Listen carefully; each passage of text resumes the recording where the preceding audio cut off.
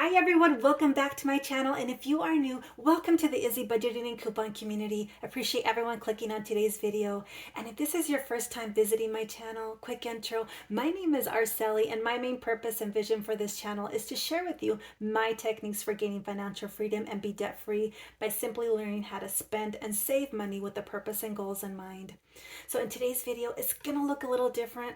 Why? Well, life happened and my family experienced a few expected and unexpected expenses the last few weeks, which did lead to overspending and going over our budget. We had extra costs from going out of town to unexpected costs on car and home repairs. It just felt like one thing after another. Typically with budgeting, you hear about how to prepare ahead of time for unexpected expenses, how to save money, tips on how not to overspend, but I haven't seen many videos with tips for when you do find yourself overspending and going over budget. So today I will be sharing 4 steps I take when overspending while being on a budget and getting back on track. So let's start off with step number 1, reviewing the overspending. So you'll want to analyze and determine what steps are needed to prevent overspending from happening in the future. That may include deleting apps off your phone or only carrying cash or gift cards with specific dollar amounts when going shopping. That way you're not tempted to overspend. And if needed, seek professional help. More than likely there is an underlying issue. So for my own overspending, I broke it down by expected versus unexpected. So for the expected expenses when going out of town for us, we were faced with higher food costs, which included grocery bag, bottle fees, higher gas prices, and toll fees. Now, keep in mind, I live in an area where we just don't have these types of extra fees, so I definitely didn't plan accordingly. This ultimately led to overspending by a few $100s for us. And then for the unexpected expenses, we were faced with car and home repairs when we got back from being out of town. That ended up costing a couple of $1,000s. These were definitely unexpected costs, but life simply happens and it is what it is. So let's move on to step number 2. Let's talk about why the overspending. So in looking back and reevaluating why there was overspending for us and going over budget, I simply didn't calculate the cost correctly. And in some areas, I was actually under budget. If I had done a better job at researching, I may have been closer to the actual cost. And then for the unexpected expenses, I simply just need to do a better job at preparing ahead of time and then saving up more for next time when life happens. So step number 3, take a step back and refocus. And what I mean by this is you'll experience moments of feeling defeated, sad, disappointed. But if there's one lesson that I've learned from my own budgeting journey, is not to give up and move on. Unfortunately, this is where budgeting gets challenging and leads to many individuals giving up on their budget. It's too tempting to give up as it creates extra stress and anxiety, and it's just too easy to abandon your budget. And I'll be honest, at first it did take me a minute to refocus, but I told myself, look at it this way. I was actually saving that money for when I do overspend and go over budget. Now, you'll hear me say over and over, just keep a positive mindset. And then also, I've learned over time to simply put my worries in a worry box. And actually, I don't think I've shared in any of my videos my worry box. So, this is my worry box. So anytime I'm worried about something, I just simply put that worry in my worry box here. And then I'll come back to it later. But most of the time when I do come back to that worry, it's already resolved itself on its own. Call it good luck, a miracle, but I like to think of it as things have a way of working out for the best. So I always tell everyone, don't stress and try not to worry too much when life throws lemons at you. Everything is going to be okay. In my case, I thank my lucky stars that I had some money saved for these extra expenses we had. So final step number 4. So after you've reviewed, reevaluated, refocus, it's time to decide if you'll need to reallocate or move money within your budget. This is a great opportunity to really analyze and remove any categories or expenses from your budget also. Perhaps you have too many categories or not enough categories. And then also the priorities in some categories may need to be changed, and then give other categories extra attention. Now, since I don't normally go over budget each month, I decided that I wasn't going to make any major changes to my current budget. However, I did have to decide how I would handle these extra costs that had been occurred. So my first thought was just to put the all that overspending and extra costs on my credit cards. But then I also had another option, just to simply pull all the cash from my future and then from saving challenges to help with some of the costs and simply start over. I did choose option number two, to pull the money and that was saved from both binders here and just simply start over.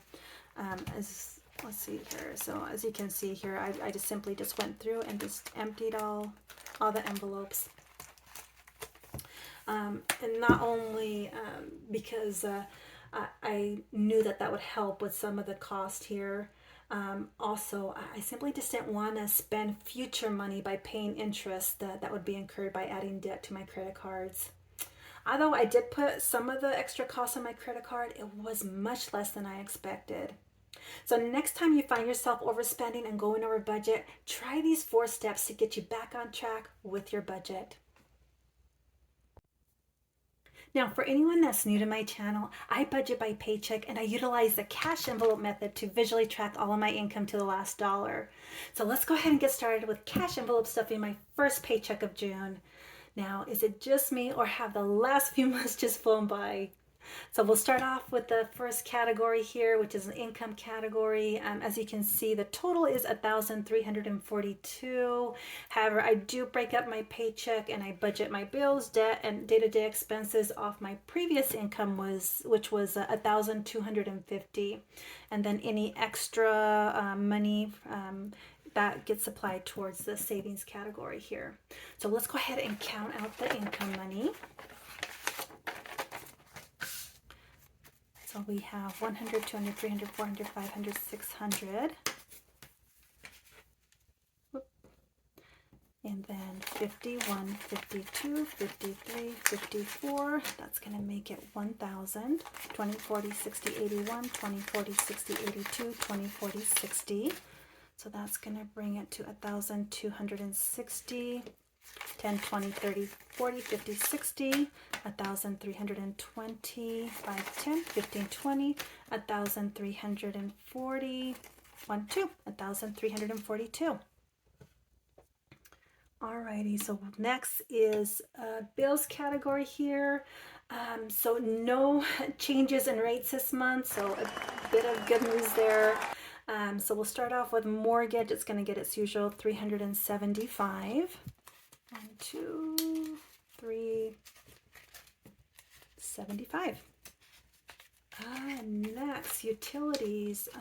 I will continue to budget 170, and this is for when I expect the electric bill to go up this summer for all the AC that we usually use. So 150, 70. Yep. Next, internet 20, and then for cell phone I have 20. TV subscription $10. Transportation under car payment I have 100. And actually with my car payment I did check the balance over the weekend and the payoff should be sometime in December, so definitely excited about that. And then finally under insurance, car insurance, it's we'll get 65, so 50, 65. Alrighty, so that's going to take care of bills. So what I'll do is I put this money in the bills envelope here until next paycheck. And that's when I take the money back to the bank and then I'll pay these bills online.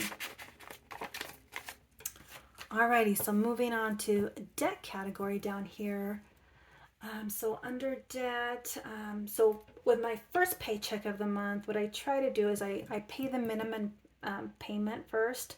And then with the second paycheck, that's when I make an extra payment to help reduce the balance. This is just my version of the snowball method, where you pay minimum payments on all debts and then you pay extra on the smaller debt to pay it off first. However, I just try to pay extra each debt when I can. So we'll start off with the personal loan. That's $25 here. Let's see, credit card, that's my city, that's $50 minimum payment. And then the second credit card, Visa, it's $75. But actually I do expect this minimum payment to go up next month, since this is where I added most of the car and home repairs I spoke earlier about to this credit card. So that takes care of the debt category there. And then just similar to the bills category, I put this money in the debt envelope and I'll put it aside until next paycheck when I pay debt online. Alrighty, so moving on to my day-to-day expenses here. So we'll start off with my groceries, which does include household items. So I currently have 220 here. But I'll need to keep an eye on this envelope, since I do expect to increase this a month, the next few months, since my kids are off of school. But today I'll go ahead and add 220. Let's see, 220.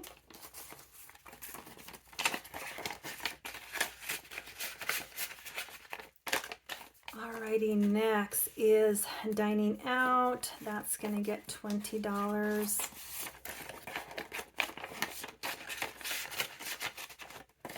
And then under car, I did leave the $60 here. I know that with everyone being home during the summer, there's going to be less driving around. However, any extra that we do save here in this envelope here, I'm just going to use it for future car repairs and maintenance. So I will add $60. So 60, 50, 60 here.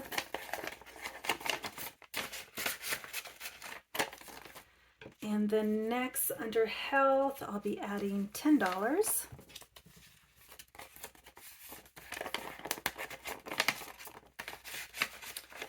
And then what do we have next? Clothing, $10. I'll add $10 today, but I know that I need to get started with saving up for back to school shopping. So that takes care of clothing. And the next is entertainment. What do I have budgeted? $20. So $20 for entertainment. And then finally, under miscellaneous, for those life happen moments, I will budget $20 again here. So $20 under miscellaneous. So that's going to take care of my day-to-day envelopes here. And then up next is savings category. So with the savings, as you know, I did empty out all the envelopes, but I'm going to make emergency a priority going for the next couple of months here, and just simply allocating the rest of the money from this paycheck actually today. What I'll do is I'll just add it to the emergency envelope today. So let me go ahead and 20, 40, 60, 70, 1 and 2. So 72 is going to go into the emergency envelope here.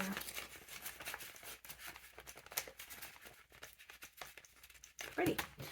Okay, so that takes care of the savings category here.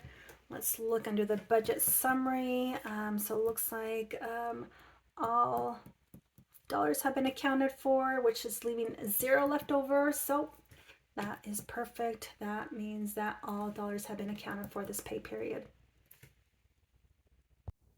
So I'm gonna end my video here. Always remember, it's okay to simply start over and know that you're not starting from the very beginning. You know what's worked and what didn't work in the past. But leave me a comment down below and share how you've been able to deal with overspending. And if you have any tips to share with the community, please let us know. Until next time, always remember to go out there and make a difference in someone's world, and please share this video as it will reach other individuals who are also searching for ways to change their life financially. And if you like this type of video, please click on that like, subscribe, and that notification bell so that you don't miss any future videos. Thanks everyone. We'll see you in my next video. Bye.